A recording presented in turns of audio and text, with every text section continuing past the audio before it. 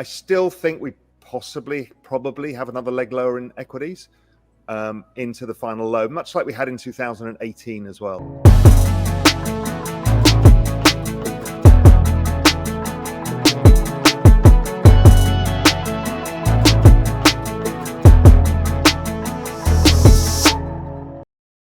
Thank you for visiting our channel once more. Raoul Paul, CEO of Real Vision and global macro investor, provides an update on the peak fear sentiment in the Bitcoin markets in today's video. Why does he think Ethereum is more promising than Bitcoin? And if inflation declines, what will happen? Make sure to watch all the way to the conclusion of this video when Paul provides insight into his cryptocurrency investment ideas and a forecast for the likelihood that the economy will experience a global recession. Don't forget to give this video a thumbs up if you enjoy it. Turn on the bell notification and subscribe to our channel.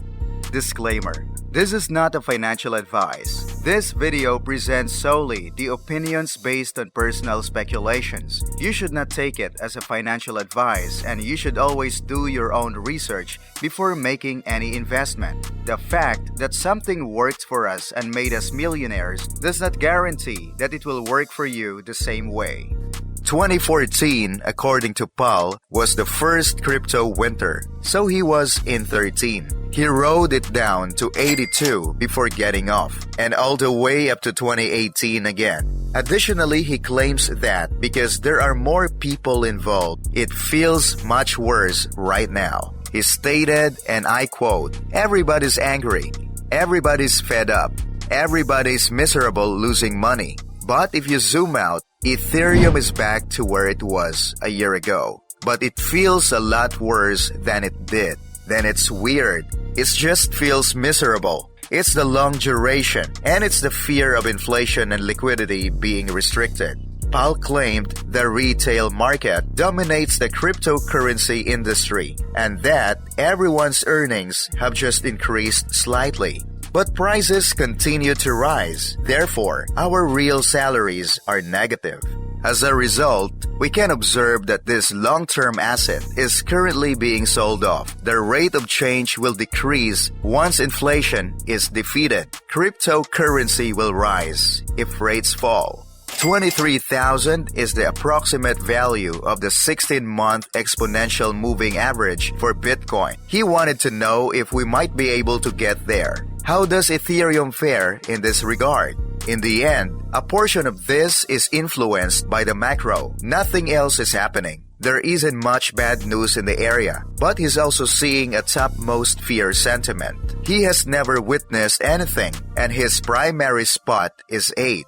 In any case, he switched from Bitcoin to Weave. He only had a basket that was equally weighted with other items, like small weights. He estimates that it represented around 15% of this whole position, equally weighted. We can adjust our weightings over time if anything significant results because we are more confident in that particular outcome. It works. However, we would never stake the entire network. Work continues, and then suddenly something goes awry. The recession is likely approaching more quickly than everyone anticipates. He believes that a repeat of 1974, when the RS was rid of ISM, is currently taking place. In 4 months, the Institute Supply Manager Survey, which is a reliable indicator with the economic cycle, decreased from 56 to 30. Similar circumstances, including soaring oil costs, increased supply limitations, rising interest rates, and Fed rate hikes.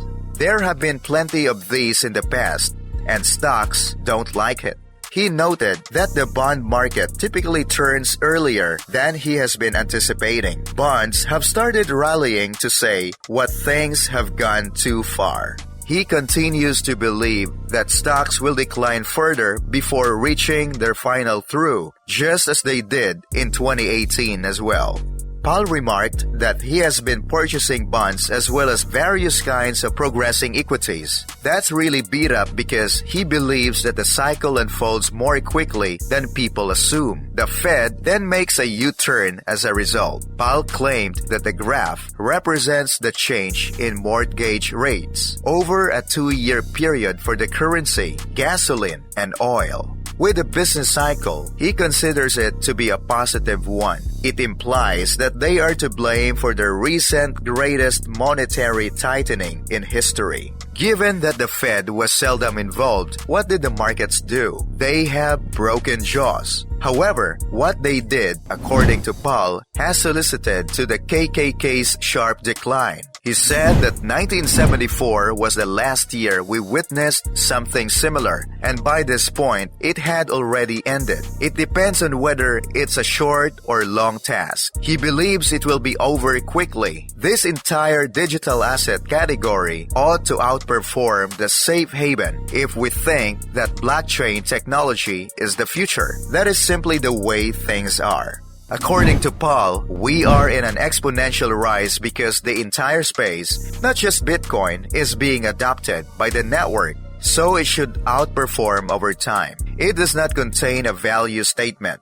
The network adoption model is everything. It resembled the event's fatal opportunity. Everyone comes to a complete stop. He claimed to have received numerous charts in this format, but given what he had been saying about rising fixed cost commodity prices PPI, this made perfect sense. Consumption, demand destruction was going to result from all of it. He mentioned that the dollar was a constant issue since rates have increased and it has increased pretty quickly. The rates for 2 years and 1 year have increased at the fastest rate in recorded history. In the United States, 1-year rates have increased by 800%. Paul claimed that significant interest rate increases are currently being experienced by everyone who has refinanced their debt. This is the tightening of conditions brought on by the increase in the price of oil. The price of petrol is rising. Mortgage rates are rising. 2-year yields are also rising, and the dollar is gaining right now. Currently, the SP 500 is pricing an ISM of about 47, which is close to recessionary levels. It merely implies that it might need to be lowered a little, but the competition is strong from the following year. It will therefore fall anyway. The year-on-year rate of change versus the ISM, Paul stated that he is unsure of when this will appear. However, he believes that oil will break as it did, as yields are now turning. Oil also breaks every time we've had this configuration. The chart will start connecting at that point, and we can begin anticipating the future. He claimed that comparing the pricing of various commodities year over year is quite difficult, so oil at $100, wherever it tops out at $200, is really a challenging comparison. Anything priced below $120 will result in a negative year-over-year rate of oil change in a year. It occurs on virtually every item, including food costs, which are continually rising. Paul said that we should soon receive some truly amazing comps. The inflation is not actual. It is not as if the cost of items is decreasing. Not deflation though. However, it's a totally different configuration from what the market now uses. He remembered the historical events from 1947 to 1949. Supply problems. Everyone resumes their jobs and returns to their regular lives. Prices skyrocket and supply is constrained. Paul said that we experienced 13 inflations and inquired as to what transpired 1.5 years later. What do you think about cryptocurrency markets being dominated by peak fear sentiment? Let us know in the comments. Don't forget to like and subscribe. Thank you for watching.